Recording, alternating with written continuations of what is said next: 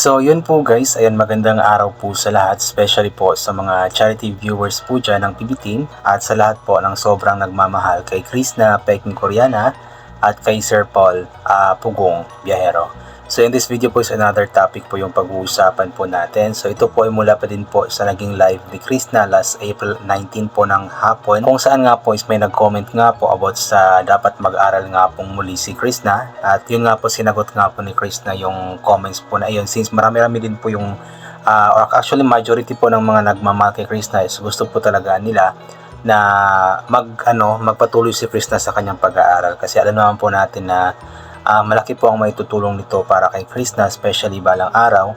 At sabi nga po ni Krishna na gustong-gusto naman daw po talaga niyang mag-aral, kaso nga lang po is medyo naguguluhan pa po siya ngayon, nagdadalawang isip pa po siya, dahil nga po kung mag-aaral daw po siya, gusto po niya na focus lamang po sa pag-aaral.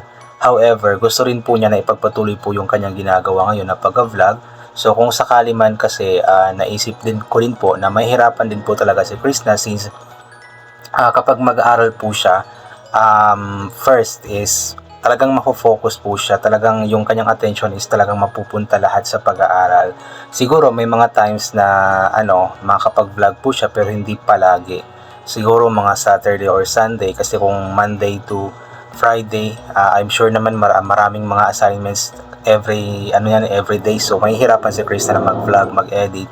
So yun po yung iniisip ni Krista, na kung sakaling mag-aaral po siya, so parang hindi or parang mapabayaan po niya ang kanyang pag-vlog, although makakapag-vlog po siya pero minsanan na lamang. Alam naman po natin na, di ba, gustong-gusto po talaga ni Krista na makatulong sa kanyang pamilya, at alam nating lahat na itong pag-vlog po niya is malaki-laki rin po talaga ang kinikita po niya. So para sa akin is naiintindihan ko po si Krista na nagdadalawang isip po siya, dahil nga po sa ngayon is kumikita na nga po siya ng medyo malaki-laki rin po sa kanyang pag-vlog. Tapos kung mag-aaral po siya, so baka wala na siyang kikitain or liliit na ang kanyang kikitain, so hindi na siya makakapagsuporta sa kanyang pamilya, at hindi na po niya masusuportahan ang kanyang pag-aaral. Kumbaga mahihirapan po siya. At yun nga po, na-experience ko rin po yung ganito, kasi nung dati po, nung pagkatapos ko po ng high school, so nagtrabaho kasi kagad ako, kasi gusto ko pong makaipon ng pera para makapag-aral. However, nung nagtatrabaho na nga po ako, hindi naman malaki yung kinikita, napakaliit lamang po yung kinikita, pero nakakatulong naman po siya sa aking sarili, sa aking pamilya, especially na napakahirap po ng buhay namin noon, kasi nga po yung mama ko is bulag. Bata pa lamang ako is bulag na po yung mama ko, hindi na siya nakakakita. Tapos yung papa ko naman is 5 years old pa lamang ako is wala na nga po, na pumanaw na. So yun, nung nakapagtrabaho na nga po ako, kumikita na po ako, yung goal ko sana na makapag-aral is parang nawala po yun sa isip ko. Although may chance naman sana makapag-aral, pero yun nga, mas iniisip ko na kailangan kong kumita ng pera para sa aking pamilya. So siguro yun po yung iniisip ni Krishna, na mas importante po sa kanya sa ngayon na ipagpatuloy ang kanyang pag-vlog, kasi nga po kumikita siya na nakakatulong po sa kanyang pamilya. But then yun nga, hindi pa naman daw final yung decision ni Krishna, since medyo matagal-tagal pa naman yung next school year. So ipag-pray po natin na kumbaga makapag-isip ng maayos si Krishna kung ano ba talaga yung magiging decision po niya. But then kung sakali man na i-pursue po niya ang kanyang pag-aaral, so napaka-okay din po nun, kasi nga hindi naman always na maganda po yung takbo ng kumbaga yung pag-vlog ba, kasi di natin alam, balang araw baka humina yung views, or di natin alam yung mga possible na mangyayari nga po, since social media nga po ito, so marami pong mga changes na possible na mangyayari. So mas okay po yung meron siyang diploma or certificate, yung may natapos siya, para makapaghanap siya ng maayos-ayos na trabaho. But then kung makapag-decide man po siya na hindi na muna siya mag-aaral, ipapatuloy muna niya ang kanyang pag-vlog, so okay rin din po yun, kahit pa paano, since kumikita siya, so makapag-ipon-ipon naman po siguro siya.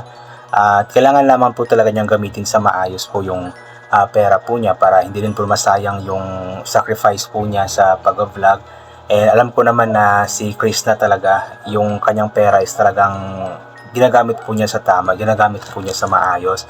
Imagine, di ba, nag-ipon pa nga po siya ng pera para lamang po talaga mabili ulit or maibalik po sa kanila yung lupa na naibenta po nila dati. Tapos alam ko na nag-iipon po siya ngayon para sa dream po niya na magkabahay or mapatayuan ng bahay ang kanyang pamilya. So alam ko mangyayari po lahat ng iyon, basta patuloy lamang siya sa kanyang ginagawa, magsikap lamang po siya. But then, yun nga, ipag-pray po natin always si Krishna na kumbaga makapag-decide po siya ng maayos sa kung ano man po ang gusto po niyang gawin balang araw, kung mag-aaral ba siya or ipapatuloy ang pag-vlog or mag-aaral siya habang nag-vlog, ganoon po. So, ipag-pray po natin at support lamang po natin siya always, kasi malaki rin po yung naitutulong po natin sa support na ginagawa po natin sa kanya, yung panonood ng videos, hindi pag-skip ng ads at pag-share po ng mga videos po niya is malaking tulong po yun sa kanya at sa kanyang pamilya. So anyway po, ito babasahin po natin yung ilan po sa mga komento ng mga taong nagmamahal po kay Krishna. Mula kay Irma Morales, "Hi Krishna, mag-aral ka, pwede ka namang mag-vlog and study at the same time. Being educated is your best defense sa mga nangaapi at nangaba sa'yo. Kaya mo yan, good luck, be strong always. I'm a fan from Quebec, Canada." Yun nga po yung sinasabi ko na medyo mahihirapan nga daw po si Krishna kasi kung mag-aaral po siya, gusto po niya na i-focus lamang po ang kanyang sarili sa pag-aaral. So kumbaga parang baka mapabayaan po niya ang kanyang pag-vlog. May mga times na makakapag-vlog po siya pero sometimes na lamang, siguro once or 2 times a week. So baka hindi siya kikita ng medyo malaki-laki nun na makakatulong para sa goal po niya na mapatayuan ng bahay ang kanyang pamilya. So yun, ipag-pray na lamang po natin kung ano man po ang magiging desisyon ni Krishna tungkol nga po dito sa usaping pag-aaral. Pero yun nga, alam ko naman na na-appreciate po ni Krishna lahat po ng mga advices, mga suggestions po sa kanya na dapat mag-aral siya muli, ayan, ganito, ganyan. So antayin na lamang po natin kung ano yung magiging final na decision ni Krishna bago magpasukan. Emerita Abuda, "Mag-aral ka para hindi hamakin als at ate mo, magtapos para hindi kayo apihin, madagdagan ang kaalaman mo, at pag nakatapos ka, sandata mo sa buhay." Tama po yun. Yun po yung kumbaga sandata natin sa buhay. Ito yung tanging kayamanan na hindi mananakaw ng kahit sino man. And yung ate po niya, sabi ni Krishna na kung sakali man na hindi daw po siya makapag-aral at gusto ng kanyang ate na mag-aral muli kasi nga matalino daw po ito, ay titingnan daw ni Krishna kung kakayanin daw po niyang pag-aralin ang kanyang ate.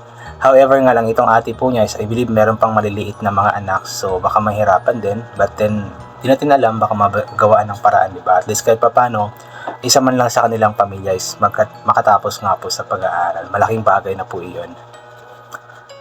Maricho Montero, "Always pray Krishna, kahit sa sulok ng mundo, meron talagang pagusto i-down ang isang tao, gagawa ng way para masira ang relationship niyo, para maayos ang lahat.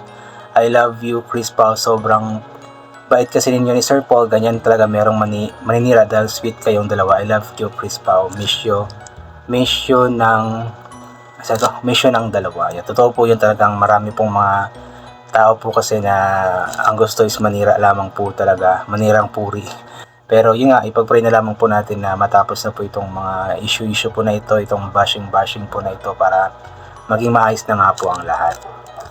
Angelo Atabay, "Krishna, gawin mo ang pangarap mo para sa family mo, ipakita mo na kaya mo at sunod ang pangarap mo sa sarili. Continue your study, yan ang kayamanan mo na hindi mananakaw. Love yourself, darating ang araw na yayaman ka. Love, love, love." Malaki po yung chance na yayaman si Krishna, especially sa kanyang pag-vlog, di ba? Napaka-init po ng suporta ng mga tao sa kanya ngayon. So kung magagamit po niya na ito ng maayos, or yung kumbaga yung init ng suporta ngayon ba, kung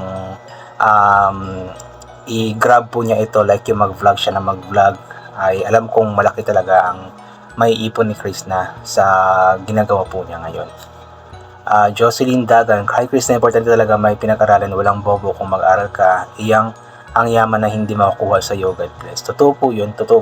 Yan din po yung iniisip ko po dati na kailangan kong mag-aral. However nga lang, meron kasing mga problema ko dati.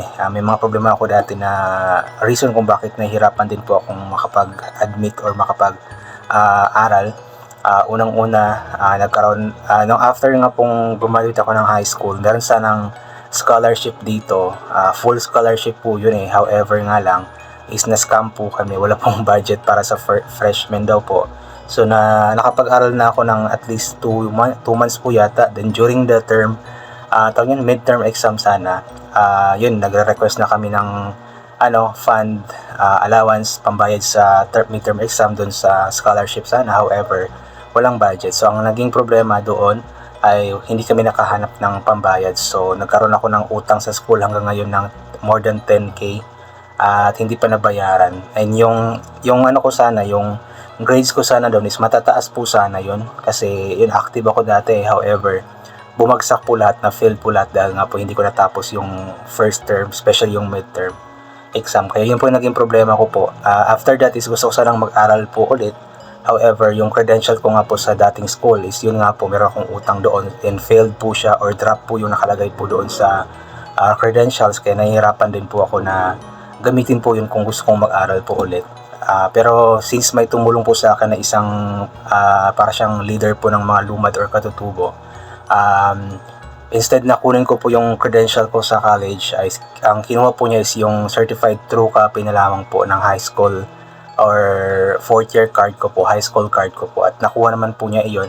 At yun po yung nagamit ko. Nag-aral po ako ng 1 year po na IT para lamang po talaga magkaroon ako ng panibagong credentials. Yun po yung ginawa ko. At nagamit ko naman yun sa call center kasi need nila ng tech support that time, at yun po yung requirement. So kahit pa paano is nagamit ko. Pero yung gusto ko sana talaga dati na makuha na dream is hindi talaga natupad. At alam kong sobrang na-stress po ako noon eh. Grabe po yung stress ko dahil nga po sa ganoong mga bagay. Pero ngayon, hindi ko na lamang po iniisip kasi kapag iniisip ko, mas lalo po akong na-stress, mas lalo po akong nawawala ng gana sa buhay. Anyway, ako na po yung nagkikwento eh. Tungkol po kay Krista yung pinag-uusapan natin na punta na sa aking buhay. Anyway, yun po. I think hanggang dito na lamang po itong gagawin ko na reaction video. God bless po and bye for now po.